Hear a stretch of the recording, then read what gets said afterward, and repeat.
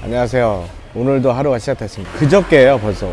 제가 지금 촬영하는 날짜는 어제가 아니라 그저께 트럼프가 당선됐습니다. 긴급 속보는 아니고요. 이미 다 알고 있어서.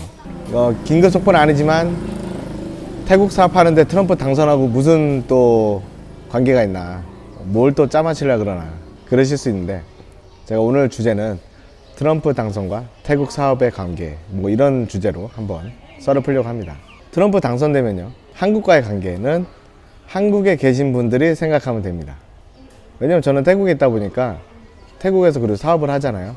그렇기 때문에 어떤 미국하고의 태국 관계가 앞으로 어떻게 변화가 될 것인지, 그런 거에 대해서 좀 생각을 해봤어요. 보통 제가 생각하는 시간은 이제 아란 시장에 갈 때 운전을 하잖아요.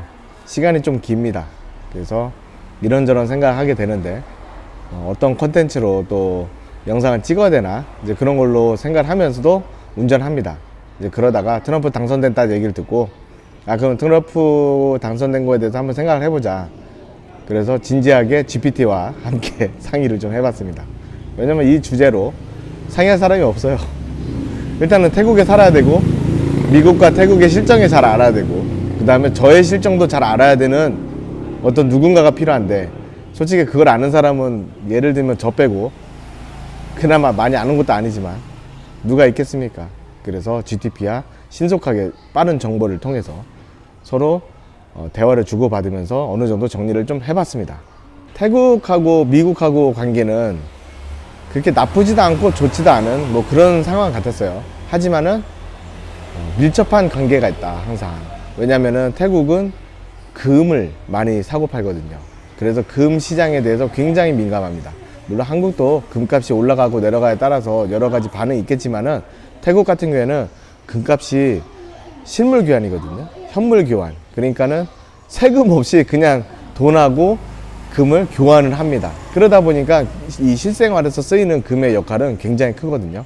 재테크의 수단도 되고요.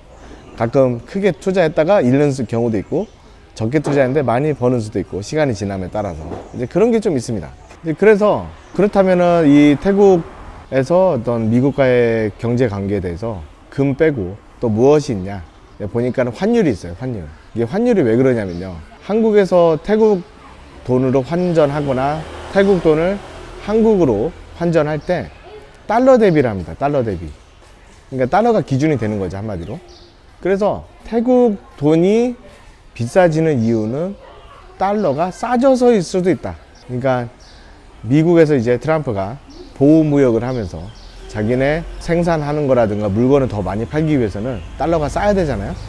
그러면 달러 값을 싸게 해요. 그러면은 태국은 가만히 있는데 그냥 돈이 올라가겠죠, 값어치가. 그렇기 때문에 미국의 달러가 낮아짐에 따라서 태국이 이렇게 비싸져 버리는 역효과가 나서 수출하는 사람들한테는 되게 치명타입니다. 물론 해외로 놀러 가는 사람들한테는 이익이 될 수 있지만은, 어떤 물건을 수출하고자 사업적으로 하는 사람들은 가만히 있는데 손님들은 더 비싸게 주고 사야 되는 이제 그런 상황이 벌어집니다. 그래서 이 미국과의 관계 중에서 그런 경제적인 거, 그 다음에 관광에도 또 영향이 있습니다. 원래 더 많은 맥락이 있지만은 그냥 두 개의 큰 주제로 이렇게 맥락을 나누면은, 관광이 왜 또 맥락이 있냐, 태국 관광에 어떻게 타격을 받냐, 그거는 중국 사람들에 따라서 태국의 관광 시장이 작아졌다 커졌다 그럽니다. 당연한 거겠죠. 중국 사람들 워낙 많이 오니까요. 그런데 미국에서 보호무역을 해요. 여러 산업이, 중국에 있는 여러 공장이 문을 닫거나 경기가 나빠지게 돼 있습니다. 그러면은 돈 버는 사람이 적어든 거고, 경기는 위축되고, 소비도 위축되고, 가장 허리띠 조르는 거는 외국 여행부터 안 가는 거죠. 그 여러 가지의 외국 여행 가능성 중에서도 태국은 큰 비중을 차지하고 있기 때문에 중국 경기가 항상 나빴을 때는 태국 경기도 쫓아가는 그런 경향이 있더라고요. 아무래도 관광이 좀 비중이 크니까요. 그러다 보니까 중국이 돈이 모자르거나 경기가 안 좋아지면서 태국에 놀러 오는 중국인 수가 많이 줄어들게 됩니다. 그렇게 되면은 제가 물건 파는데도 많이 영향을 받을 수가 있는 가능성이 있죠. 그런데 이제 다른 기회는 또 뭐냐? 중국의 이제 트럼프가 중국을 굉장히 싫어하잖아요. 저희가 이렇게 본 뉴스에 의하면은 뭐 중국 뭐 관세 막 100% 올리고 뭐 어쩌고 한다 막 그러잖아요. 저도 자세한 거는 모르겠습니다. 전문가분들이 따로 많이 계시니까는 그 부분들한테 넘기고. 그런데 중국의 어떤 수입 시장에 대해서 약간 어렵게 하면은 그 대안으로 다른 나라의 제품들을 수입을 해야 되는 그런 경우들이 많이 늘어나겠죠. 그 중에 대안으로 나오는 것이 뭐 예를 들면 베트남이라든가 태국, 그런 제품들일 수도 있습니다. 그래서 중국에 대한 그런 무역 제재가 태국이나 베트남 또는 다른 제3국에게 좀 도움이 되지 않을까, 이제 그런 예상을 저는 해봅니다. 그러면서 지금 태국에 대한 이미지가 다행스럽게 어떤 세계 속에 있는 다른 나라 사람들에게는 그렇게 많이 나쁘지 않다. 그나마 그런 것들이 수출을 할 수 있는 거에 장점으로 적용이 될 수 있을 것 같습니다. 미국 사람들이 지금 이제 변화하고 있는 거는 뭐 노 플라스틱, 그 다음에 친환경, 이런 거를 많이 생각하잖아요. 거기에 맞춰서 저도 그런 쪽으로 방향을 많이 바꾸면서 미국 시장에 도전을 좀 해봐야겠죠.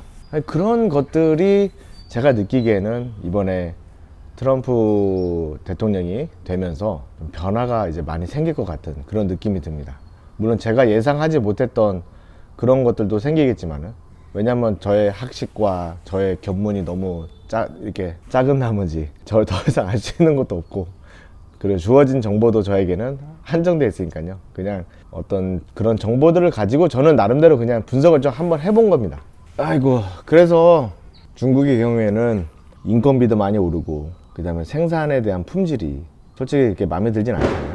중국에서 수입을 해가지고 사업을 하시는 분들의 모든 사람의 고충은 품질이 그렇게 좋지가 않다, 불량품의 개수가 많다, 이제 뭐 그런 것들을 들 수가 있습니다.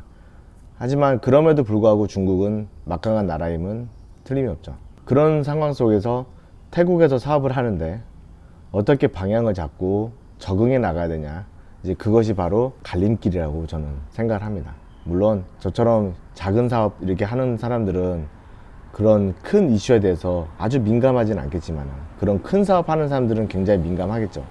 하지만 저같이 작은 사업 하는 사람들은 작게 민감합니다. 하지만 그게 막 피부로 와닿아서 뭐 트럼프 대통령 돼서 내 사업이 어떻게 변할 거다, 막 지금 당장 큰 일이 벌어진다, 뭐 그런 건 같지는 않습니다. 하지만 이제 그런 거를 감안해 두면서 미리미리 미래를 준비해 나가는 게 중요하겠죠. 중국에 대한 그런 이미지, 그거는 트럼프가 더 공격을 하게 되면서 점차 더 추락하지 않을까, 그런 예상을 좀 한번 해봅니다. 뭐 더 이상 할 말이 없어요.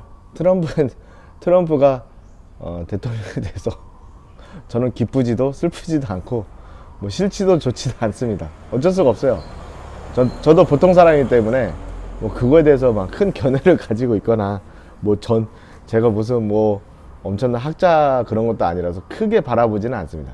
하지만 제 사업하고 그냥 굳이 갖다 붙여가지고 어떤 변화가 있을지 그거에 대해서 그냥 한번 짧게 썰을 풀어봤습니다. 그러면은 오늘 하루도 좋은 하루 보내시고요.